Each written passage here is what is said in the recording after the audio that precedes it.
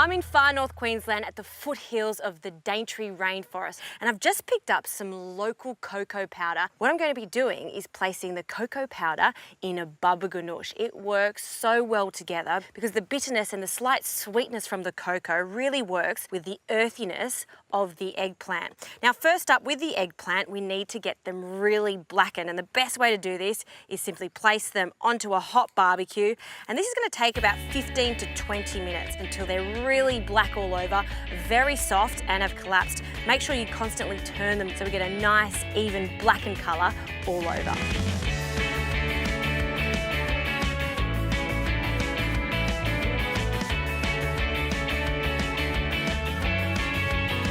Now these have collapsed and they're completely blackened, so I'm going to take them off and then cool them on a plate.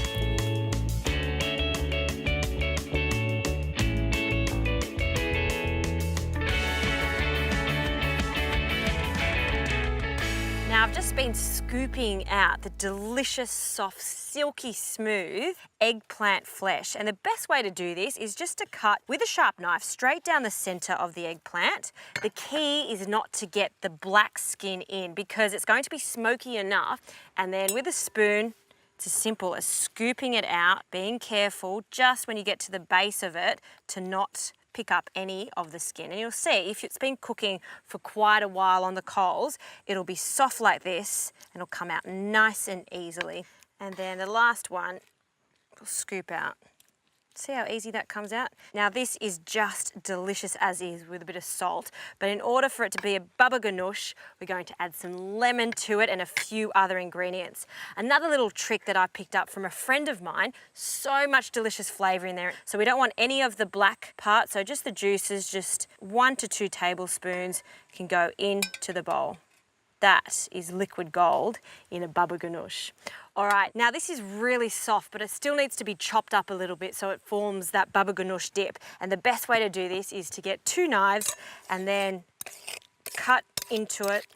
And don't use your good, sharp, expensive knives. Just use classic old dinner knives. They work a treat for this. So just in a crisscross pattern and then mush it all up together. All right, now for some flavours. The key flavour in here is the cocoa powder. I'll add a small amount, about half a teaspoon, and then we'll mix it in. This is going to impart a bitterness, a slight sweetness, and it's really going to enhance the smokiness of this delicious dip. And look at the colour, don't they go so nicely together? Great, now we need to mellow this down and give it a slight tartness with a little bit of yogurt, so just Greek style yogurt, 1.5 tablespoons. And then some tahini. And then we need a little bit of a zing in here, so some lemon, fresh lemon juice, about half lemon at this stage. We'll have a taste at the end and see if it needs a little bit more. Some garlic, just 1 small clove of garlic. You don't want to add any more than that because it'll overpower the dish. And just because we're on the chocolate theme with this, I picked up these fantastic chocolate chilies. If you smell them, you actually get a chocolate aroma. It's really interesting. So I'm going to add a little bit of this. These have a bit of heat to them, so I'm only going to grate in about 1/4 of it, just to give it slight warmth. And we'll just scrape that in. Almost turns into a little bit of a chili paste. And now for seasoning, so we really taste all those individual ingredients. A good pinch of salt, crack of pepper, and a good glug of extra virgin olive oil. And then with a fork, give that a really good mix. And again, just breaking up that eggplant so it gets as smooth as possible. I like to do this by hand. Of course, you can do this in a food processor, but it's going to be much finer. Now I'm just going to have a really quick taste to make sure the seasoning's correct.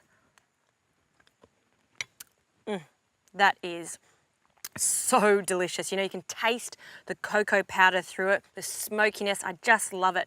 I like to serve this in a big, generous bowl.